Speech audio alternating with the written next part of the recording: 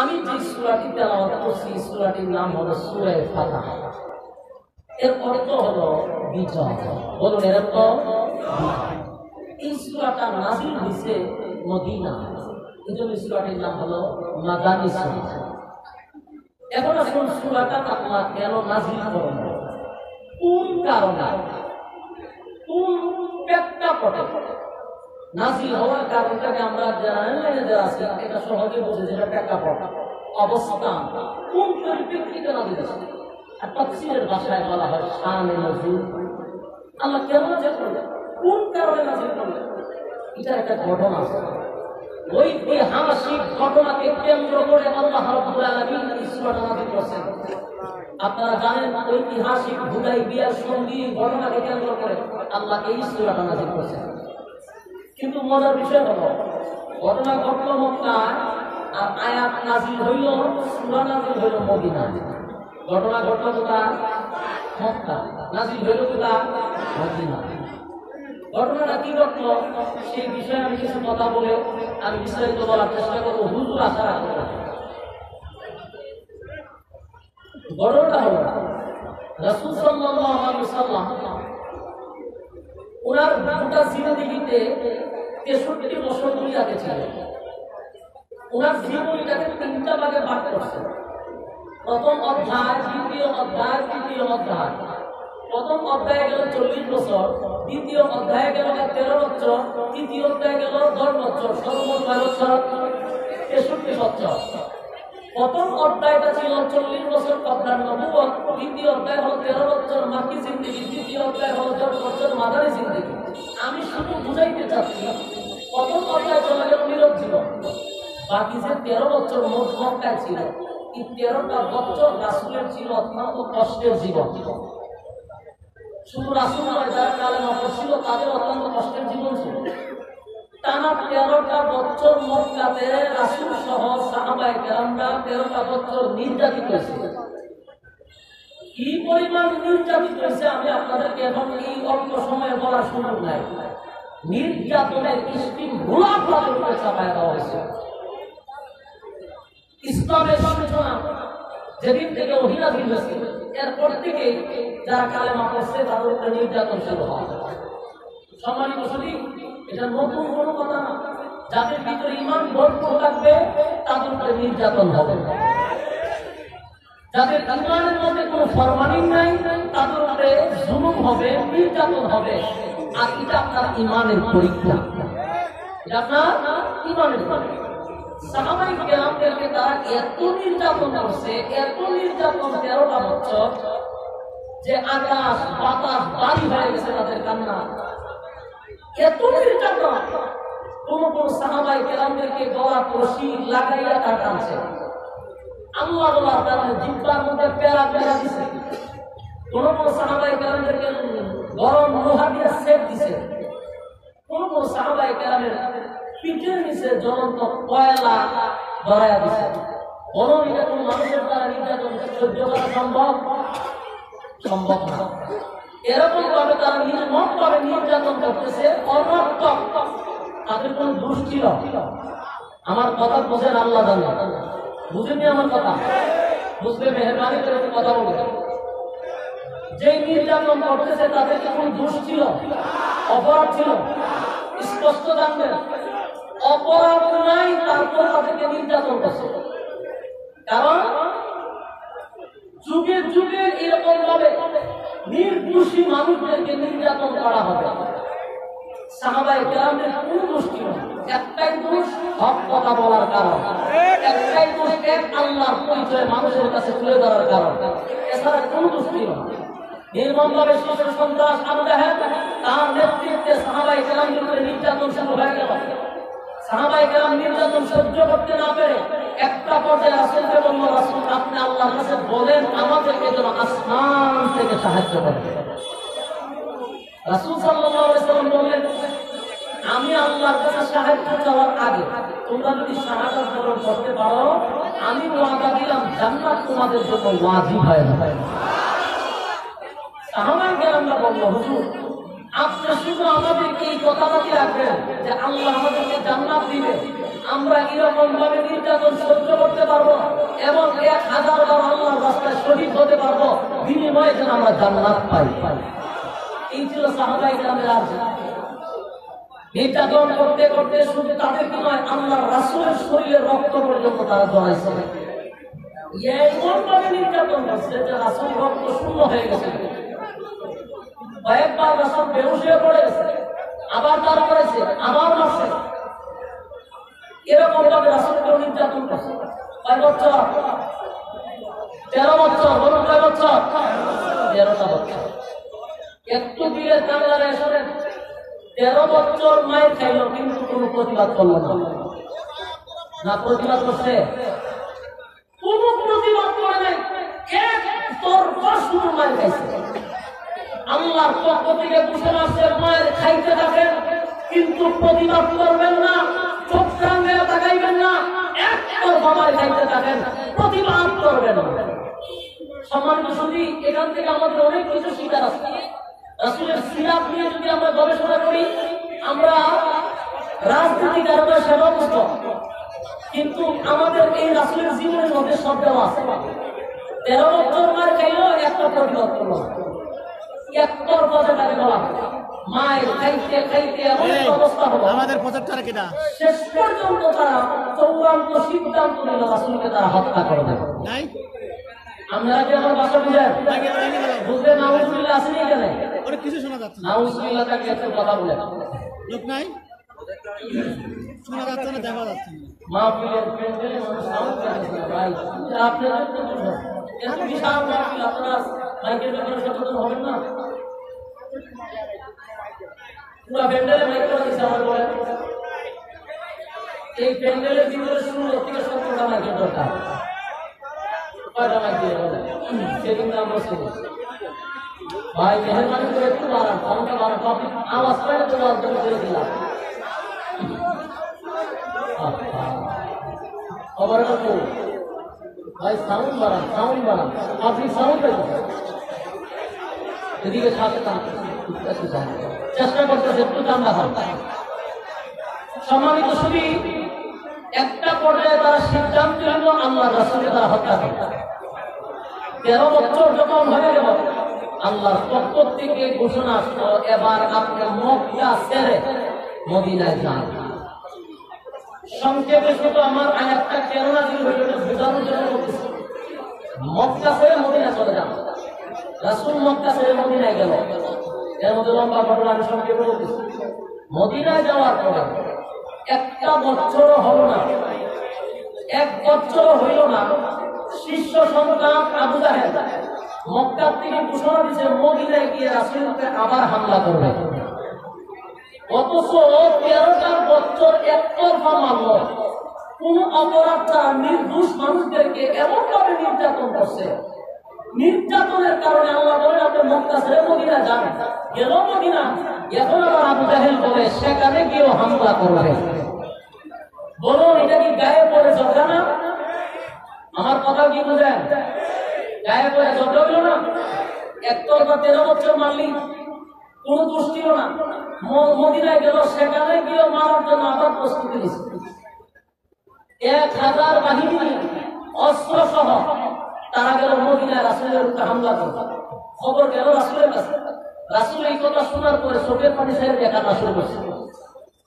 এমন কান্না শুরু করছে, দাড়ি ভিক্ষা করতেছে রাসূলের। আল্লাহর নবী কান্না এইভাবে হাত করছে, দুইটা হাত এইভাবে আল্লাহর হাবিব তুললেন। হযরত আবু বকর বলেন আমি তাকায়া দেখি নবীর হাত এইভাবে রয় নাই, আস্তে আস্তে এইভাবে উপরে উঠতে লাগলো। নবীর চোখের পানি দিয়া নবীর দাড়ি মুবারক ভিজে ভিজে পড়তেছিল। কান্না শুরু করছে আর বলতেছে মালিক রে, কোন দোষ ছিল না আমার সাথে সঙ্গীদের, আমাদের কোন দোষ ছিল না। অন্যায় ভাবে তারা একতরফা আমাদেরকে 13টা বছর নির্যাতন করছে। 13টা বছর এমন ভাবে নির্যাতন করছে মালিক, আপনি আমাদেরকে বলছেন প্রতিবাদ যেন না করি। প্রতিবাদ করলাম না, প্রতিবাদ করলাম না, কিন্তু আমাদেরকে এইভাবে নির্যাতন করলো 13 বছর। আমি আমার সাথী সঙ্গীদেরকে লইয়া চলে আসলাম মদিনায় আপনার ওয়ার্ডারে।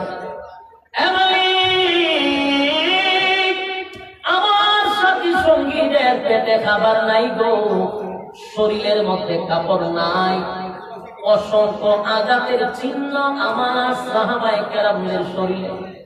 পেটে খাবার নাই, শরীরে কাপড় নাই, এই অবস্থায় অস্ত্র নাই। আবু জাহেলের নেতৃত্বে 1000 বাহিনী অস্ত্র লইয়া আমাদের উপরে হামলা করে। বলো না 1000 মানুষ যদি অস্ত্র নিয়ে আমাদের উপরে হামলা করে, আমার মাত্র 313 জন সাহাবী, কলিজার টুকরা 313 জন। এই 313 জনের পেটে খাবার নাই, কাপড় নাই, অস্ত্র নাই, কেমনে গো 1000 বাহিনীর সঙ্গে যুদ্ধ করবে? আল্লাহ নির্ঘাত যুদ্ধে যদি আমার সাহাবায়ে কেরাম শাহাদাত বরণ করে, তোমার এই জমিনে আল্লাহ বললে বলা কেউ থাকবে না।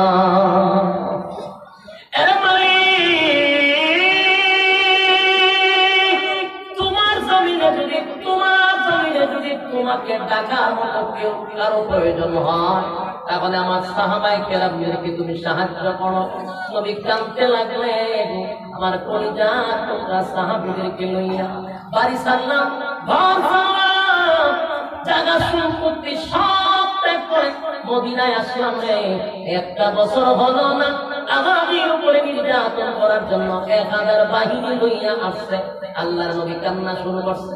আল্লাহ রাব্বুল আলামিন ডাকতে বল, হাবিব আপনি কাঁদবেন না, আপনার কান্না আমি আল্লাহ বরদাস্ত করতে পারি না। নবী কাঁদেন না, আপনার চোখের পানি বরদাস্ত করতে পারি না, আপনি কান্না থামান। আপনি 13 বছর মায়ের খাইছেন, প্রতিবাদ করেন নাই, আমি আল্লাহ নিষেধ করেছি। মক্কা ছেড়ে মদিনায় আসতে আমি আল্লাহ ওয়াদা দিয়েছি, আপনি মদিনায় আসার জন্য। মদিনায় আসেন, আবু জাহেল তার বাহিনী লইয়া আপনার উপরে আক্রমণ করার জন্য আসছে। এই আক্রমণটা হলো গায়ে ফেরা ঝগড়া। সুতরাং এখন যেহেতু তারা গায়ে ফেরা ঝগড়া করার জন্য আসছে, আমি আল্লাহ আপনাকে 13 বছর নিষেধ করছিলাম, প্রতিবাদ কইরেন না। আর আজকে আমি আল্লাহ আপনাকে অর্ডার দিলাম গো নবী, এবার আপনি আর থামবেন না, আপনার যা কিছু আছে সব লইয়া বাতিলের মোকাবেলা করে। আল্লাহর পক্ষ থেকে জানাচ্ছে আগামী আর সহ্য করার সময় নেই। এই যুবক ভাই কথা কি বুঝতেছেন? কথা কি শুনতেছেন? আল্লাহর পক্ষ থেকে বলছে আর সহ্য করা যাবে না। এবার আপনি যা কিছু আছে সব নিয়ে যাবেন।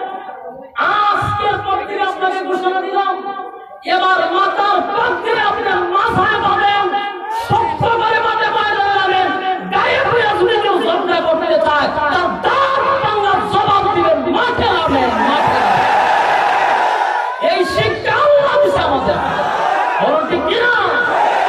ইসলাম শুধু তসবির মধ্যে সীমাবদ্ধ নয়, ইসলাম শুধু তাকবীরের মধ্যে সীমাবদ্ধ নয়, ইসলাম শুধু খানকার মধ্যে শেষ নয়, আরো কাজ আছে।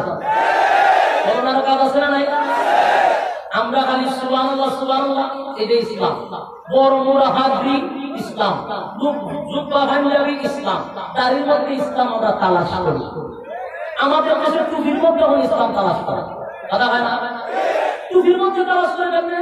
লম্বা টুপি হইলে এটা আমরা ধরেন না, সুক্কা টুপি হইলে আমরা চলেন না, লম্বা টুপি হইলে এটা আরেক দল। মানে এক একটা টুপি দিয়ে আর গঠন করছে। আর কি আশ্চর্যের বিষয়, মুসলমানের পায়ের নিচে মাটি নাই, আর এই পর্যায়ে আমরা টুপি লিয়ে পর্যন্ত মারামারি। লম্বা টুপি বললে বাইরে জামাত, আবার সুক্কা টুপি লাগাইলে বাইরে আরেক দরবারে, ওই টুপি বললে বাইরে কিস্তি, এটা আরেক দরবারে। মানে টুপি দিয়ে ভাগ ভাগ হয়ে গেছে। এই যন্ত্রণার কারণে আমি আশরাফি নিজে একটা টুপি বানাইছি, আমার টুপির লোকে কারণ নিয়ে নেয়। কথা বলতে এই টুপি আমি নিজে কাগজে একটা কোম্পানি দিয়েছি যে এই সেম টুপি বানিয়ে দিবে, বাইরে লম্বা তো নয়, বাইরটা তো নয়, সুতা তো নয়, উষা তো নয়, আমি আমার মতো। কারণ বাংলাদেশের টুপি নিয়ে যেহেতু রাজনীতি শুরু হয়েছে, সুতরাং এই দেশে ইসলামের শব্দ দিতে লাভ নাই, শুধু ফিটা খাওয়া ছাড়া কোনো উপায় নেই। সম্মানিত শুধু ইসলাম শুধু টুপির মধ্যে না, আল্লাহ রাসূলকে আল্লাহ নিজে বলেছে গায়ে ফেলে একটু ঝগড়া করতেছে, আর কত সহ্য করবেন? এবার মাঠে যাবেন, পাগড়ি মাথা থেকে তুলে মাথায় পাবেন, জানে করবেন, খালি কুবাইবেন, খালি কুবাইবেন।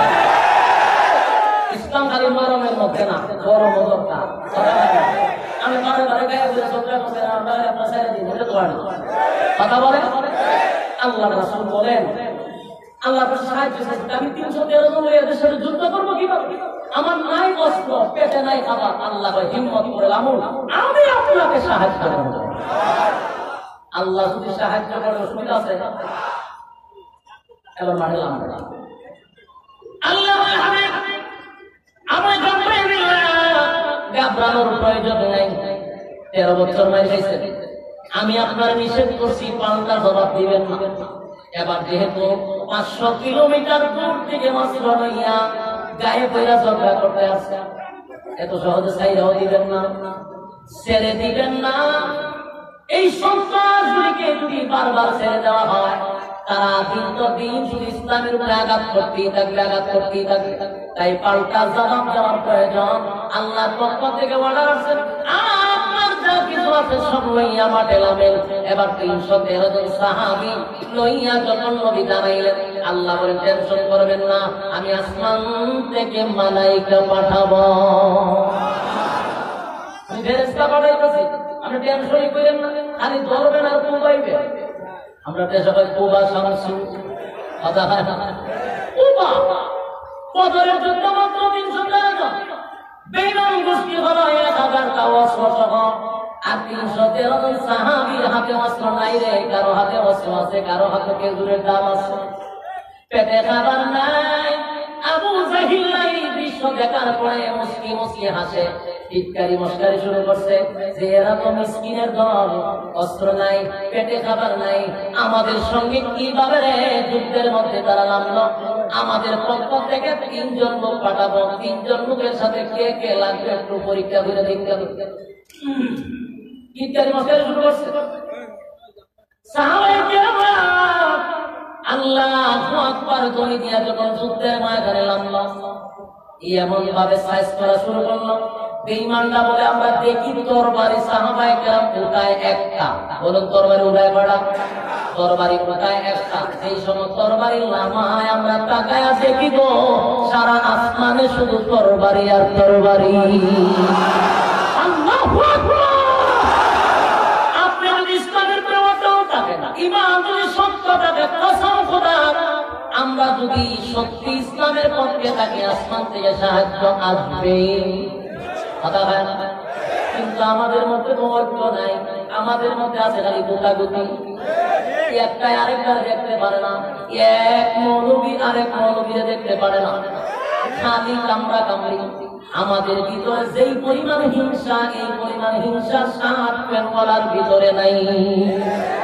আমি আমার জীবনে যা দেখলাম, আমার বয়সটা অল্প বয়সে আমি যা দেখলাম, যেই পরিমাণ হিংসা 7 পেনওয়ালাদের ভিতরে নাই। দুঃখের বিষয় টুপি দিয়ে নিজের উপরে পড়ে। আহা ভাই, আমরা শুধু টুপিওয়ালা এক হয়ে যেতাম, কসম খোদার কসম খোদার, ইয়ে দেশে আমাদের উপরে কথা বলার মুখ ছিল না। কিন্তু আমরা পারবো না, আমরা সব সময় ভাগ হয়ে থাকতে চাই, ভাগ হয়ে থাকতে চাই। একজন দিন না হয়েছি কোনো বাবা আল্লাহ নবীর সালামে রাসূলের হাতে কইয়া তারা যখন মাঠে নামলো, সংখ্যা কিন্তু খুবই কম, খুবই কম, 313 জন। যুদ্ধের ময়দানে নামলো, ফেরেশতা দিয়ে আল্লাহ সাহায্য করলো, মানে কুরবানি শুরু করছে, যেটা আছে সব থেকে সাহায্য করা শুরু করছে। সাহায্য করতে করতে তারা ভয়ে আতঙ্কে পড়ে গেল যে তরবারি উঠায় একটা আল্লাহর 70টা উপায় নাই। দুষাদুষি করতে করতে তারা ভয়ে শুরু করছে। সাহাবায়ে কেরামরা অনেকগুলা বেঈমানদের জাহান্নামে পাঠায়া দিল, আর অনেকগুলারে বন্দী কইরা রাখলাম, আবার অনেকগুলি কাপড় খুইলা দৌড়ানিতেছে। এই পরিস্থিতিতে আল্লাহ রাব্বুল আলামিন বদরের যুদ্ধ মুসলমানের হাতে জয় দিয়েছে। সুবহান। এই আমার যুবক ভাইরা, 13টা বছর এত মার খাইছে রে, রক্তে রঞ্জিত হয়ে গেছে, আল্লাহর নবীর শরীর থেকে রক্ত জড়াইছে। কিন্তু 13 বছর পরে মক্কা থেকে মদিনায় আসার পরে যখন গায়ে পয়লা ঝগড়া করতে চায়, আল্লাহ তার পাল্টা জবাব দেওয়ার জন্য আমাদেরকে শিখাইয়া দিয়েছে। সেদিনের যুদ্ধে আবু জাহিলা ফিরত যেতে পারে নাই, মাত্র 11 আর 12 বছরের বাচ্চা আবু জাহিলারে শেষ করছে। সুবহানাল্লাহ। বাড়ি দিয়া আবু জাহেল টিটকারি মস্কারি করছিল। টিটকারি মস্কারি করার কারণে আল্লাহ কয় তারা 12 বছর আর 13 বছর এরকম একটা বাচ্চা মুআজ আর মুআজ দুই ভাই মিলে আবু জাহেলের কাজ করছে। সুবহানাল্লাহ। বদরের যুদ্ধে যখন তাদেরকে বিজয় দান করবো, এবার সাহাবায়ে কেরামরা একটা নয়, 6 বছরের ভিতরে অনেকগুলা যুদ্ধে তারা জয়ী হয়েছে। বদরের যুদ্ধ, উহুদের যুদ্ধ, খন্দকের যুদ্ধ, অসংখ্য যুদ্ধ মুসলমানরা বিজয়ী হয়েছে। সুবহানাল্লাহ। এই যুবক ভাই, 6 বছর পরে, মানে মক্কা থেকে মদিনায় আসার 6টা বছর পরে আল্লাহর হাবিব একবার স্বপ্নে দেখল সাহাবায়ে কেরামদেরকে লইয়া আল্লাহর হাবিব গেলেন মক্কায় গিয়া সাহাবায়ে কেরামদেরকে লইয়া খানায় কাবা তওয়াফ করতেছিল। খানায় কাবা তওয়াফ করতে গিয়া সাহাবায়ে কেরামরা নবী স্বপ্নে দেখতেছে সাহাবায়ে কেরামদেরকে নিয়ে তওয়াফ করছে, কোনো বাধা ছাড়া নিরাপদে মক্কায় ঢুকছে। নিরাপদে খানায় কাবা তওয়াফ করে উনি আবার মক্কায় মদিনায় ফিরে আসছে। এই স্বপ্ন দেখার পরে হাবিব সাহাবায়ে কেরামদের কাছে মসজিদে নববীতে স্বপ্নটা ব্যাখ্যা করলো যে আমি এই আজকে স্বপ্নে দেখছি। হযরত ওমর বলেন হাবিব, পয়গম্বরের স্বপ্ন তো এটা ওহী, আল্লাহর পক্ষ থেকে স্বপ্নে যা দেখেন আপনারা বাস্তবে তাই হয়। সুতরাং আমরা বুঝতে পারলাম আমরা মক্কায় গিয়া হজ করছি, কেউ বাধা দেয় না। তাহলে এই স্বপ্ন আপনি বাস্তবায়ন করেন, আমাদের কলিজার মধ্যে বড় ব্যথা গো। 6টা বছর হয়ে গেল নিজের জন্মভূমি মক্কা ছেড়ে মদিনায় আসলাম, খানায় কাবা তওয়াফ করতে পারলাম না। 6টা বছর হয়ে গেল আপনার স্বপ্ন বাস্তবায়ন করার জন্য আমাদেরকে লইয়া আপনি মক্কায় চলেন। আল্লাহ নবী সাহাবায়ে কেরামদের আপনার রক্ষা করতে গিয়া আল্লাহর হাবিব মক্কা যাওয়ার জন্য সাহাবায়ে কেরামদেরকে বললেন, ও আমার পরিবার তোমরা সাহাবীরা, কে কে রে মক্কায় যাইবা, খানায় কাবা তওয়াফ করবা, সারা মদিনায় ঘোষণা করে দাও। গোটা মদিনায় ঘোষণা হয়ে গেল, কে যাবে রে? আল্লাহর হাবিব হজ করতে মক্কায় যাবে। এই ঘোষণা শুনে না মদিনা থেকে 1400 সাহাবায়ে কেরাম ইহরামের কাপড় পরিধান করে মক্কায় রওনা দিচ্ছে। আমার কথা কি বুঝতেছেন? মদিনা থেকে মক্কার উদ্দেশ্যে রওনা দিচ্ছে 1400 সাহাবায়ে কেরাম, সাথে মহিলারা ছিল। কিছু বকরি নিচে, যারা বকরি নিচে সেখানে জবাই করবে, তাই তারা রওনা দিল, হজ করার উদ্দেশ্যে রওনা দিল। ঠিক মক্কা যাওয়ার আগে হুদাইবিয়া নামক একটা জায়গা আছে, কিতাবে অনেক তাফসীর আমি পেয়েছি 9 কিলোমিটার, কোন জায়গায় আরো বেশি, এই কোন জায়গায় 25 কিলোমিটার, এমন একটা সংখ্যা লেখা আছে। মক্কা থেকে হুদাইবিয়ার দূরত্ব এতটুকু, সেখানে রাসূল অবস্থান করছে। এই অবস্থান করার কারণে সাথে সাথে মক্কা নগরী খবর হয়ে গেছে। আব্দুল্লাহর পুত্র মুহাম্মদ মক্কা বিজয় করার জন্য, মক্কায় আক্রমণ করার জন্য মদিনা থেকে বাহিনী হয়ে আসছে। বরং তো দেখি আল্লাহর হাবিবকে যুদ্ধ করতে গেছে। ওটা মক্কা খবর হয়ে গেল। আব্দুল্লাহর ছেলে মুহাম্মদ উনি মক্কা মদিনা থেকে তার সাথী সঙ্গী নিয়ে আসছে, মক্কার উপরে হামলা করতে। গোটা মক্কা আতঙ্কে আছে, আতঙ্কে থাকার কারণ আছে। যতটা যুদ্ধ করছে মক্কা থেকে গিয়ে মদিনা হমানে মার খাইছে, মায়ের খাইয়া ভিতরে ভয় আছে না নাই? ভয় সৃষ্টি করছে, তাই গোটা মক্কা নগরের মানুষ তর্ক করে কাঁপা শুরু করছে। এখন আবু সুফিয়ানের নেতৃত্বে মক্কা যখন চলছিল, আবু সুফিয়ানের কানে ঘোষণা আসলো আব্দুল্লাহর পুত্র মুহাম্মদ যদি মক্কায় হামলা করে, নির্ঘাত আমরা সেই যুদ্ধেও আমরা মাই খাবো। সুতরাং যে কোনো মূল্যেই হোক না কেন মুহাম্মদকে মক্কায় ঢুকতে দেওয়া হবে না। অথচ আল্লাহর হাবিব যুদ্ধ করার উদ্দেশ্যে আসে না। সম্মানিত শুনি, এখন কারোর সাথে যদি আপনি যুদ্ধ করতে চান